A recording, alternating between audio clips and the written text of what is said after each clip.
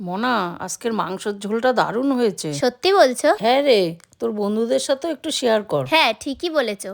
চলো শুরু করি। প্রথমে কিন্তু মাংসটা ভালো করে ধুয়ে ওর মধ্যে একটু লবণ হলুদ মাখিয়ে ম্যারিনেট করার জন্য রেখে দিলাম। তারপরে আমি এখানে আলু টমেটো আর লঙ্কা আগে থেকে কেটে নিয়েছি, আর সাথে পেঁয়াজ বাটা রসুন বাটা আর আদা বাটাগুলো করে নিয়েছি। আর যতক্ষণ মাংসটা ম্যারিনেট হবে আমি এখানে আলুগুলো ভেজে নেব। তার জন্য কড়াইতে দিয়ে দিলাম সরিষার তেল, আর দিয়ে দেবো এখানে এক এক করে কাটা আলুগুলো। তারপরে দেবো একটু হলুদ আর দিয়ে দেবো লবণ। তারপরে আলুগুলো লাল লাল হয়ে একটু ভাজা হয়ে আসলে আলুগুলো তুলে নেব। এরপর ওই তেলে দিয়ে দেবো তেজপাতা, তারপরে পেঁয়াজ বাটা রসুন বাটা আর আদা বাটা। তারপরে একটু নেড়ে চেড়ে নিয়ে দিয়ে দেবো কেটে রাখা টমেটো গুলো। এরপর এটাকে ভালো করে কষাতে থাকবো। একটু কালারটা লাল লাল হয়ে আসলে দিয়ে দেবো এক এক করে গুঁড়ো মশলাগুলো। দিয়ে দেবো জিরের গুঁড়ো, চিকেন মশলা, ধনে গুঁড়ো, পরিমাণ মতো লবণ, হলুদ গুঁড়ো, কাশ্মীরি লঙ্কার গুঁড়ো, আর স্বাদটা যাতে একটু ব্যালেন্স থাকে তাই অল্প পরিমাণে চিনি। এরপর এটাকে ভালো করে নেড়ে চেড়ে কিছুক্ষণ কষিয়ে নেবো। তারপরে মশলা থেকে একটু তেল ছেড়ে আসলে দিয়ে দেবো ম্যারিনেট করা মাংসটা। এরপরে অনেকক্ষণ ধরে ভালো করে মশলার সাথে মাংসটা কষিয়ে নেবো। কিছুটা নাড়াচাড়ার পর একটু ঢেকে রাখবো। তারপরে দিয়ে দেবো ভাজা করে রাখা আলুগুলো। এরপরে আবারও ভালো করে মাংসটার সাথে আলুটা নাড়াচাড়া করে মাংসটা ভালোভাবে কষানো হয়ে গেলে দিয়ে দেবো উষ্ণ গরম জল। তারপরে ভালোভাবে যেন মশলাগুলো ঢোকে তার জন্য 15-20 মিনিট আমি ঢাকা দিয়ে রেখে দেবো। অল্প আছে। তারপরে 15-20 মিনিট পর নামানোর পর এদিকে কিন্তু আমাদের তৈরি গরম গরম মাংসের ঝোল। আচ্ছা, তোমরা কে কোথা থেকে আমার এই ভিডিওটা দেখছো? আর হ্যাঁ, তোমরা যদি নতুন নতুন কোনো রেসিপির ভিডিও দেখতে চাও আমাকে কিন্তু অবশ্যই কমেন্ট বক্সে এসে বলো। চলো টাটা।